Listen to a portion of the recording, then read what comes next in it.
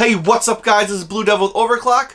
Today I am not in Taipei, Taiwan at Computex. I am back in the studio, but that doesn't mean I'm not going to bring you any Computex coverage. First part of coverage from the studio about Computex is going to be from Wooting. Wooting is a keyboard manufacturer that focuses a little bit differently than your Thermaltakes or your Corsairs or your Cooler Masters. They actually have an analog key switch called Lecker. Lecker is a mechanical key switch that allows you to have a full actuation force, full control of the key through the whole actuation. What I mean by that is, think of it this way, like a gas pedal, but for every single key of your keyboard. This actually kind of blew me away when I was actually watching them demo their Wootility. Kind of cool play on words. They took home a Best of Computex award. I felt it was a good need to award it to it. It was a good innovation.